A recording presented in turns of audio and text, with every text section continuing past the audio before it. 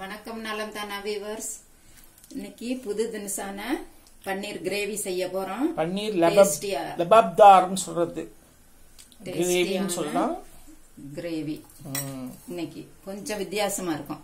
நம்ம எப்படி north Indian style. சரிங்க. ஃபர்ஸ்ட் எண்ணெய் ஊத்திக்கணும். அடுப்புல எண்ணெய் ஒரு 1.5 ஸ்பூன் 2 ஸ்பூன் டேபிள் ஸ்பூன் 1 ஊத்திக்கலாம். ஜீரகம் சின்ன ஸ்பூன்னா இது எல்லாம் தாள எண்ணெயில வதக்கிட்டு ஜீரகம்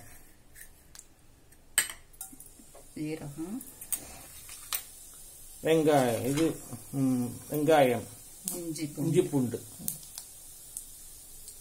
லேசா வெடிக்க ஆரம்பிச்சிருச்சு. இஞ்சி பூண்டு கொஞ்சம் பெருசு பெருசா கட் பண்ணி வச்சிருக்கிறேன். இதெல்லாம் அரைக்க போறோம்ல. இது வெங்காயம் நம்ம குவான்டிட்டிக்கு இருந்தாப்புல ஜாஸ்தி பண்ணிக்க வேண்டியது, இஞ்சி போட்டுக்க வேண்டியதுதான். இது பன்னீர் நம்ம போட்ட கிரேவி மாதிரி ஒரு நல்ல திக்னஸ் இருக்கும். இதுல முந்திரி பருப்பும் போடுறோம். நம்ம முந்திரி பருப்பு, தக்காளி இதெல்லாம் போட்டு அரைக்கிறோம். அதனால நல்ல கிரேவி ரிச்சான கிரேவியா இருக்கும். இது சப்பாத்தி, நான் இதுக்கெல்லாம் தொட்டுக்கிறதுக்கு ரொம்ப நல்லா இருக்கும். இப்ப நல்லா செவந்துருச்சு. இப்ப முந்திரி பருப்பு உங்களுக்கு வேணா நீங்க கூட போட்டுக்கலாம். இதுல தேங்காவே கிடையாது. கொத்தமல்லிக்கு காம்பு ஒண்டி போடணும். கொத்தமல்லி காம்பு இவங்க கொஞ்சம் கீழையும் போடுறாங்க. பட் நான் கொத்தமல்லி காம்பு ஒண்டி போடணும். இதுல ஒரு பிரிஞ்சி இலை, ஒரு பெரிய பீஸ் பட்டை, இது கொஞ்சமா செய்யறதுனால கொஞ்சமா போடுறேன். நீங்க குவான்டிட்டிக்கு வந்தாப்புல ஜாஸ்தி போட வேண்டியதுதான். ஏலக்காய் 2, இந்த மிளகாய்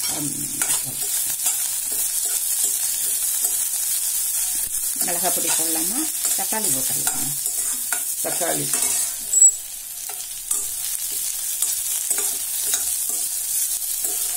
பெரிய தக்காளி, ஒரு தக்காளி பொடிசா நறுக்கி அதை போட்டுருங்க.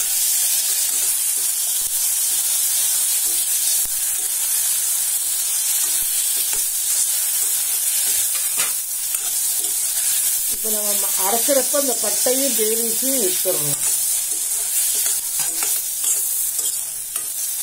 இதுல கிராம்பெல்லாம் கிடையாது. இப்ப மசாலா ஐட்டம்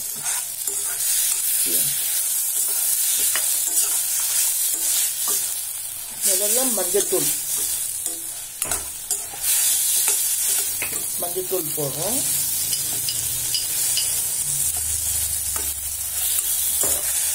அப்புறம் காஷ்மீரி சில்லி பவுடர்,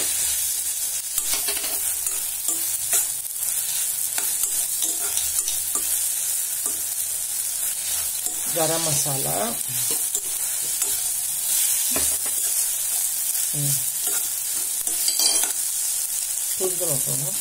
இது கொத்தமல்லி பவுடர், கொத்தமல்லி தூள், கரம் மசாலா கடைசியா போட்டுக்கலாம். அந்த குழம்பு தாளிக்க, குருமா தாளிக்கையில போட்டுக்கலாம். ஓகே, மசாலா தாளிக்க. இப்ப இந்த காஷ்மீரி சில்லி, அதாவது முதல்ல காஷ்மீரி பவுடர் போட்டோம். இப்போ காஷ்மீரி மிளகாய் ஒரு மாதிரி சுருங்கி நீட்டமா ரெட் கலர்ல இருக்கும். உடச்சு போட்டோம். மிக்சியில கொஞ்சம் மாட்டாம இருக்கும். கொஞ்சம் புளித்தண்ணி,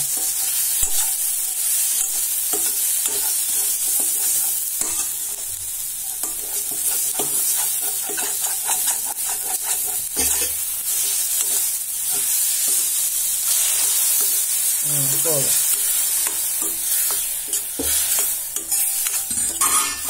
உப்பு கொஞ்சம் போட்டுக்கலாமா? இதுக்கு உப்பு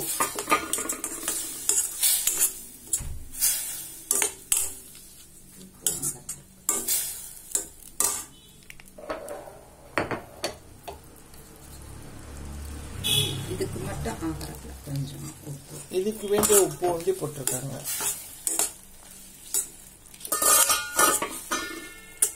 இது நல்லா அப்படியே இது பண்ணணும்.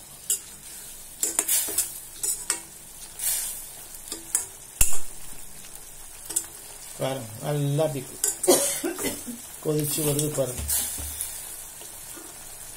மூடி வச்சிருங்க.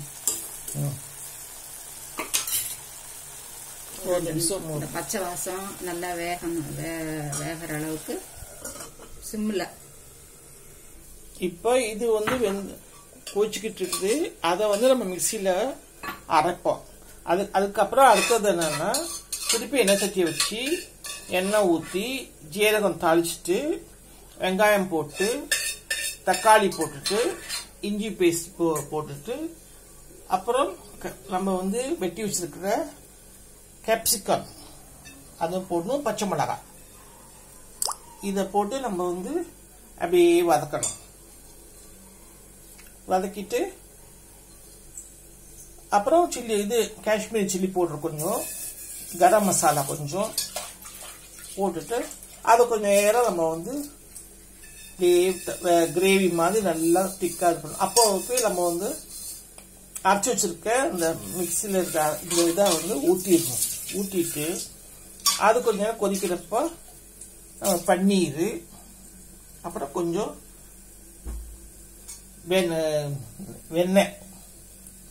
வெண்ணெய் போட்டுட்டு அதையும் சேர்த்து மிக்ஸ் பண்ணிட்டு அப்புறம் கிரேட்டட் பன்னீர் இருக்குது பாருங்க, பன்னீர் துகில் வச்சிருக்கோம், அதையும் போடணும். போட்டுட்டு அப்புறம் கொத்தமல்லி போட்டு மிக்ஸ் பண்ணிட்டு எடுத்தோம்னா டேஸ்டியான பன்னீர் லபப்தார்னு சொல்றது, இல்லைன்னா பன்னீர் கிரேவின்னு சொல்லலாம். இது அரைச்சி விட்ட பன்னீர் குழம்பு நம்ம அரைச்சி விட்டது, அதனால ரொம்ப சூப்பரா டேஸ்டியா இருக்கும். நானுக்கெல்லாம் ரொம்ப நல்லா இருக்கும். நீங்க செஞ்சு பாருங்க, ரொம்ப டேஸ்டியா இருக்கும். இந்த பாருங்க, இப்ப அரைக்கிறதுக்கு நம்ம கடாயிலிருந்து எடுத்திருக்கோம். இதை நம்ம திக்கா அரைச்சி வச்சுக்கணும். அரைக்கிறதுக்கு இப்ப மிக்சியில கொடுக்கணும். இப்போ நம்ம எண்ணெய் சட்டியில் இது மசாலா அரைச்சிட்டு வந்துட்டோம். பாருங்க, மசாலா கிரேவி அழகா இருக்கு பாருங்க, என்ன கலர்ஃபுல்லா இருக்குது. இப்போ நம்ம பன்னீரை வதக்கணும். எண்ணெய் ஊற்றி இருக்கிறோம். இப்போ பன்னீரை போட்டுக்கணும். அதில் கொஞ்சம் மஞ்சத்தூள், ஃபஸ்ட்டு கொஞ்சம் மஞ்சத்தூள்,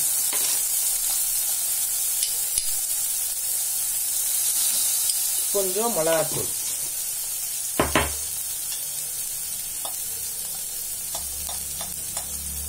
அவ்வளோதான். கொஞ்சம் உப்பு. இதை ஒரு பத்து போட்டுக்கணும் அந்த எண்ணெயில்.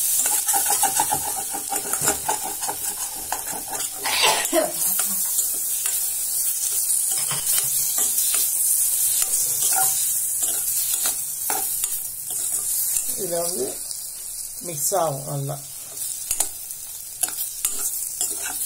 காரம் ஏறுறதுக்காக சேரணும்.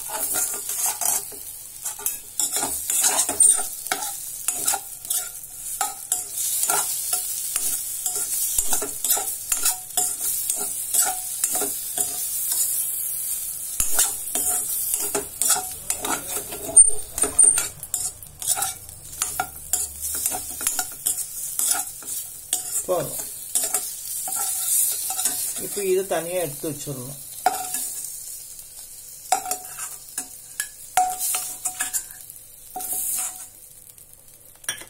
இப்போ எண்ணெய் ஊற்றிக்கணும். எண்ணெய் ஊற்றிட்டு கொஞ்சம் ஜீரகம்,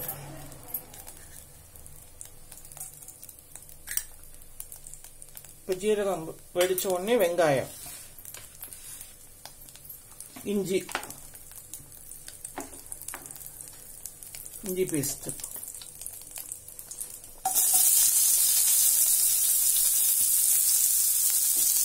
பச்சை மிளகாய்,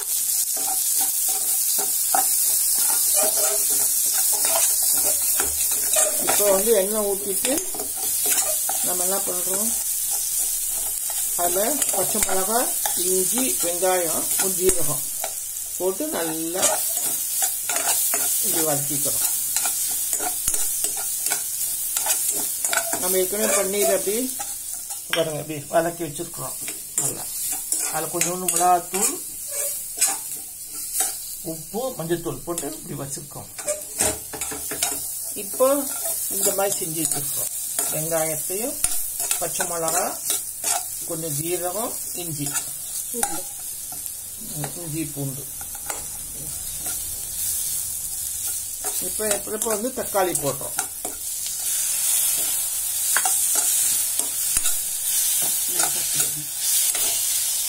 தக்காளி கொஞ்சம் நல்லா வதங்கட்டும்.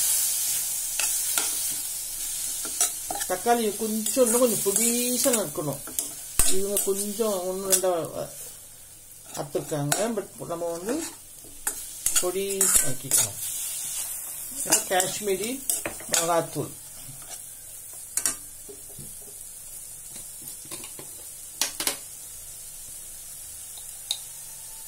பார்த்து போட்டுக்கோங்க. ஏற்கனவே நம்ம மிளகாத்தூள் ஜாஸ்தி போட்டிருக்கோம். இதுக்கு வேண்டிய உப்பு,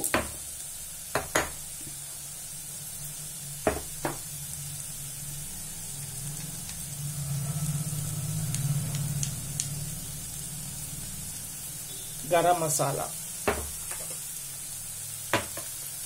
குடமிளகாய் அப்புறம் போட்டுலாத போடுங்க. இல்ல கரம் மசாலா போடுங்க.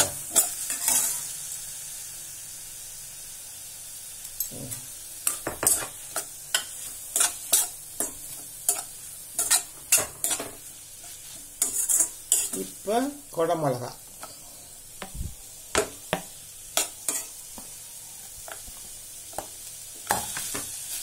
இந்த குடமிளகா சைஸ்க்கு தான் நம்ம தக்காளியும் வெட்டி இருக்கணும். நல்லா வதங்கணும்.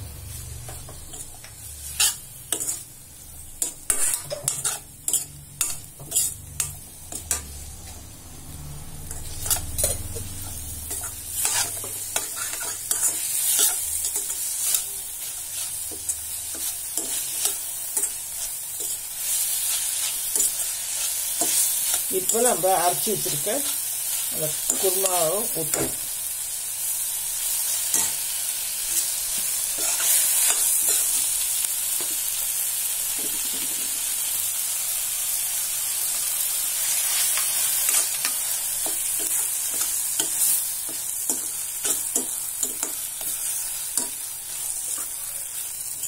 இதே பாருங்க, ஸ்மெல்லு எவ்வளோ வருது. முந்திரி பருப்பு போட்டதுனால கலரே பாருங்க டிஃப்ரெண்டாக இருக்குது.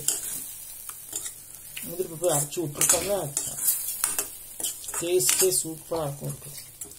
நான் செஞ்சுட்டு சாப்பிட்டோம்னா ரொம்ப டேஸ்டியாக இருக்கும். இது கொஞ்சம் சுடு தண்ணி ஊற்றிக்கணும் நம்ம. இப்பயே வாசம் கம வருது.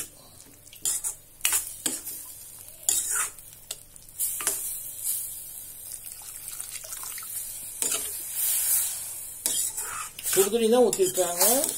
நீங்களும் சுடுதண்ணியும் ஊற்றுங்க, அப்போ தான் நல்லது இருக்கும். நம்ம சுடுதண்ணி கொதிக்க வச்சுக்கிட்டு கட்டியில் வச்சுருந்தோம்னா ரெடியாக அப்பப்போ நம்ம வந்து ஊற்றிக்கலாம்.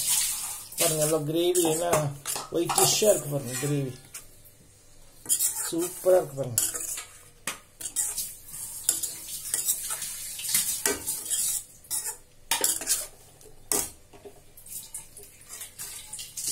நல்லா சூப்பர் கலர் வந்துருச்சு. இப்போலாம் அது ஒரு கொதி 2-3 கொதி வந்தோன்னே நம்ம வந்து இந்த பன்னீரை போட்டுக்கலாம்.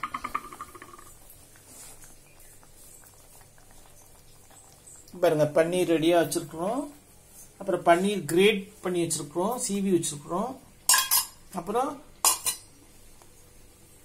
க்ரீம் வச்சுருக்கோம், கொத்தமல்லி தூள், அப்புறம் கொத்தமல்லி தலை, அப்புறம் நெய், வெண்ணெய், நெய் இல்லை வெண்ணெய். நல்லா கோச்சிருச்சு கிரேவி.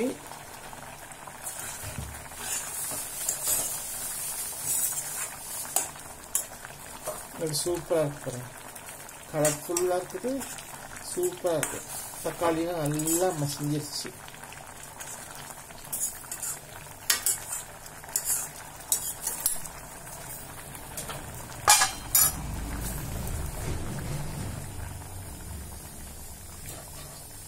இப்போ நம்ம வந்து பன்னீரை போட்டுடுறோம். பன்னீர் வந்து நம்ம ஏற்கனவே எண்ணெய் ஊற்றி மிளகாத்தூள், உப்புத்தூள், மஞ்சத்தூள் போட்டு இப்படி வதக்கி வச்சிருக்கோம். அதான் அப்படி போட்டுருவோம்.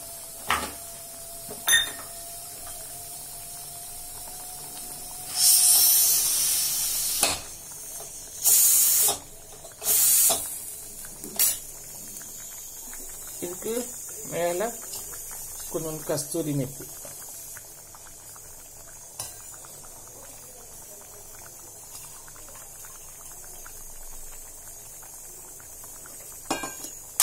இதோ இந்த இது போட்ட உடனே கொஞ்சோண்டு வெண்ணெயும் சேர்த்துக்கணும்.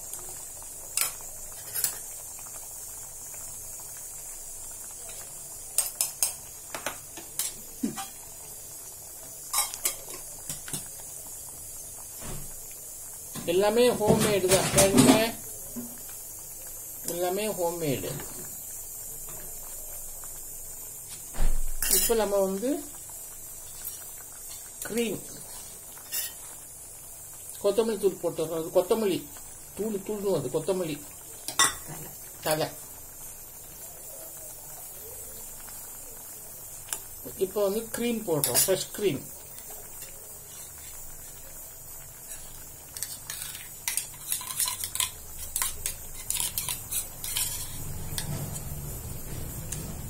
ஃப்ரெஷ் கிரீம் போடுறோம்.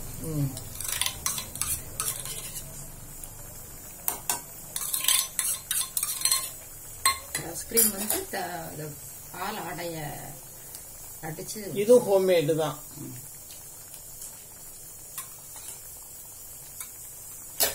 இது மேல வந்து கிரேட்டட் பன்னீர் வந்து கிரேட் பண்ணி நம்ம போட்டுறோம்.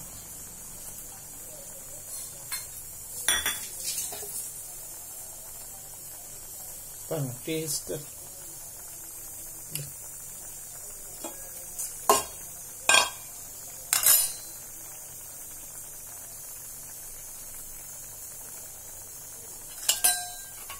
சூப்பரான பன்னீர் லபாப்தார் நார்த் இந்தியன் ஸ்டைல்.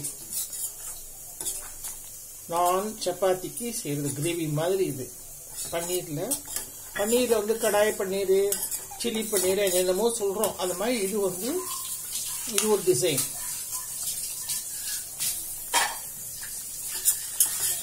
நம்ம தமிழ்ல வந்து அரைச்சி விட்டதும் கூட சொல்லலாம். டேஸ்டியா இருக்கிறதுக்கு அரைச்சி விட்டது இப்படின்னு சொல்லலாம். இது நம்ம வந்து சாத்து கூட போட்டு சாப்பிடலாம். பாருங்க, குழம்பா இருக்கு. ரொம்ப தோசைக்கு, இட்லிக்கு எல்லாத்துக்கும் தொட்டு சாப்பிடலாம். பன்னீர் பொதுவாகவே ரொம்ப கொதிக்க கூடாது. ஏன்னா ரப்பர் பேட் ஆகிடும். அதனால நம்ம வந்து ஸ்லிம்ல வச்சுட்டு ஆஃப் பண்ணிக்கலாம். நீங்க உப்பு பார்த்துக்கோங்க, காரம் பார்த்துக்கோங்க.